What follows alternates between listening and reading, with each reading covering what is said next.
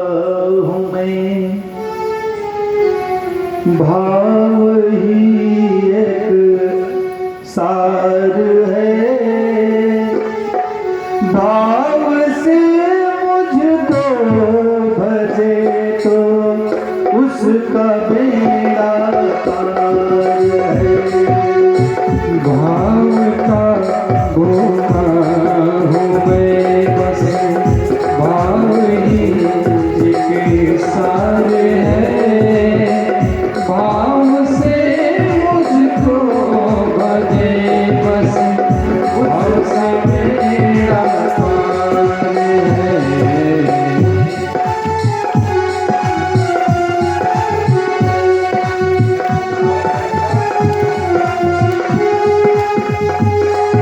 भाव से मुझको भजे तो उसका बेड़ा पार है।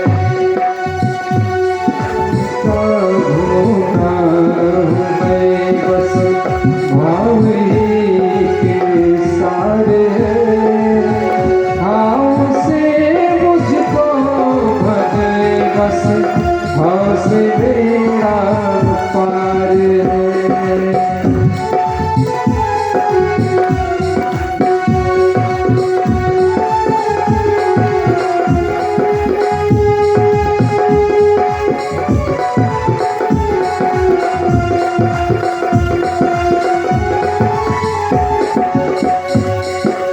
भाव बिन कोई कुछ भी दे तो मैं उसे लेता नहीं, भाव बिन कुछ भी दे तो मैं उसे लेता नहीं, भाव बिन कोई कुछ भी दे तो मैं उसे लेता नहीं, भाव बिन कुछ भी दे तो मैं उसे लेता नहीं, भाव से कोई जल भी दे तो, भाव से कोई जल भी दे तो वो मुझे स्वीकार है।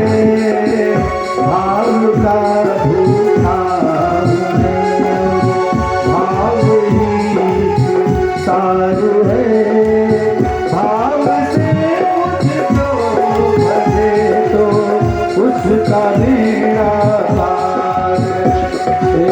भाव का धोखा मैं भाव ही के सारे हैं, भाव से मुझको भजे बस भाव से बेड़ा पार है। भाव से मुझको भजे बस भाव से बेड़ा पार है, भाव से मुझको भजे बस भाव से बेड़ा पार है। बोलिया नीलकंठ भगवान की जय। कहते हैं विदुर जी के यहाँ भगवान ने विदुरानी के हाथ में जो भाव पाया वह भाव विदुर जी के हाथ में नहीं पाया। भगवान भाव के भूखे हैं, भाव के ही बस में है।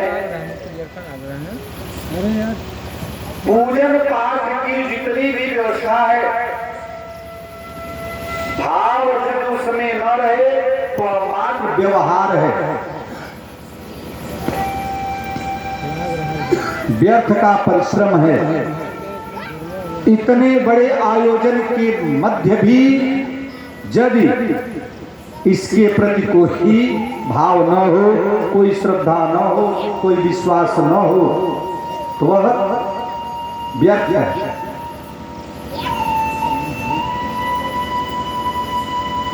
भगवान वहां से प्रस्थान कर जाते हैं। सुखदेव जी कहते हैं परीक्षित हमारे गोविंद ऐसे हैं। और द्वितीय प्रश्न तुमने यह किया था कि बड़ों को मिलते हैं, जो उम्र में बड़े होते हैं तो ध्रुव ने कौन सी बड़ी उपाधि ग्रहण करी थी? गजराज ने कौन सी उपाधि ग्रहण करी थी? किस विद्यालय में गज ने पढ़ा था?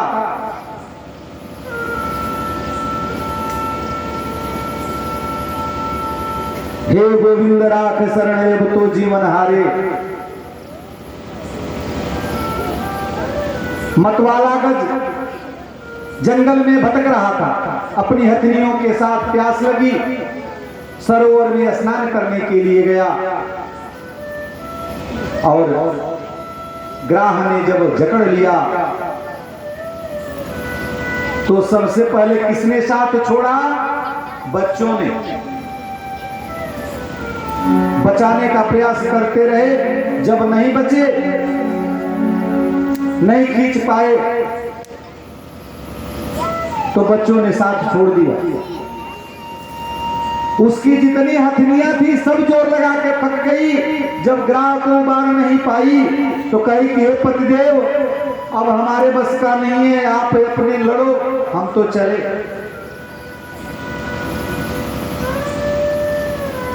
जब किसी का सहारा नहीं देखा तो डूबते डूबते कमल की एक डंडी तोड़ी पुष्प के साथ और कहा, हे द्वारकानाथ रक्षा, हरि, हे हरि। गज ने हो कहा, द्वारका से दौड़ पड़े। र में मात्रा पूर्ण होते होते गज को सूंड पकड़ करके बाहर खींचा और गज से पहले ग्राह को मुक्ति दी, उसके बाद गज को मुक्ति प्रदान की। किस लिए? क्योंकि जब कोई भक्त का पैर पकड़ता है तो भगवान भक्त के साथ साथ उस पैर पकड़ने वाले को भी मुक्ति प्रदान कर देते हैं। ग्राह पूर्व जन्म में हूहू नाम का गंधर्व था। गौतम ऋषि के शाप के कारण वह ग्राह यानी मगर बन गया।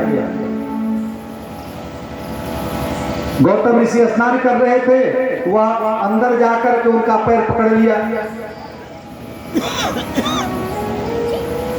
जब ऋषि डर के मारे भाग गए तो हंसने लगा। ऋषि ने कहा कि जा, तू पैर पकड़ रहा है इसलिए ग्राह बन जा। क्षमा मांगने लगा।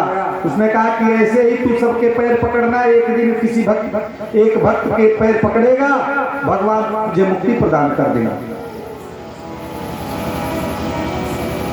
आश्चर्य यह है कि जिसको जिसको ऋषियों का साप लगा है उन सबको भगवान के दर्शन हुए। कोई ऐसा नहीं है जिसको साप लगा हो उसको भगवान के दर्शन न हुए हो।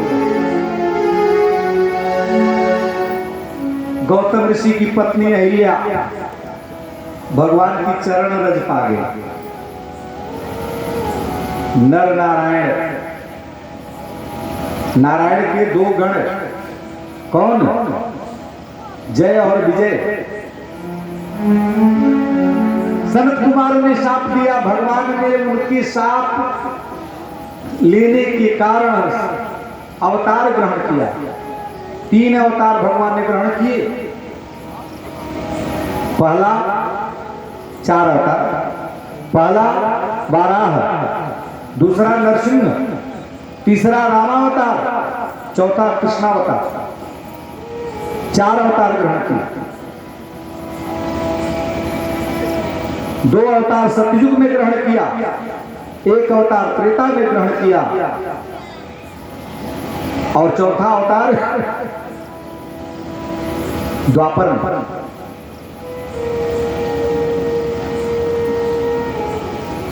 चंद्रकेतु नाम का राजा था गज,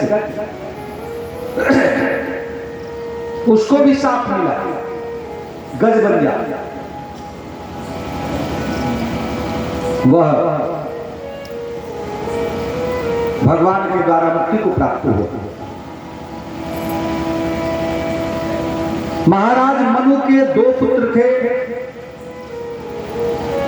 एक पुत्र का नाम, ज्येष्ठ जो पुत्र था उसका नाम उत्तानपाद और छोटे का नाम था प्रियव्रत। उत्तानपाद की 2 पत्नियां। पहली पत्नी का नाम सुनीति। सुनीति का अर्थ है सुंदर नीति, जो अच्छे आचरण वाली, धर्म के अनुकूल आचरण करने वाली, पति को सर्वस्व मानने वाली, पति की आज्ञा के अनुसार चलने वाली, पति को आराध्य मानने वाली सुनीति। सुनीति का एक पुत्र था, नाम था ध्रुव।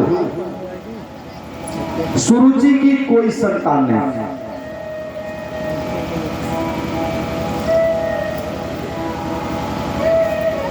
एक दिन ध्रुव खेलते खेलते राज दरबार में पहुंचा। वहां पिता की गोद में बैठने की चेष्टा करने लगा। उसी समय सुनीति ध्रुव का हाथ पकड़ करके पिता की गोद से उतार दिया। कहा कि अरे मूर्ख, तुझे इस सिंहासन पर महाराज के साथ बैठने का सौभाग्य तब प्राप्त होगा जब तू मेरी गोद, मेरी कोख से जन्म लेगा, जिस कोख में जन्म लेने के लिए देवता भी तरसते हैं। साक्षात ईश्वर को चुनौती दे दी। ध्रुव रोते रोते आए। मैया ने कहा क्यों रो रहा है? कहा कि छोटी माँ ने भगा दिया, पिताजी की गोद में बैठने नहीं दिया।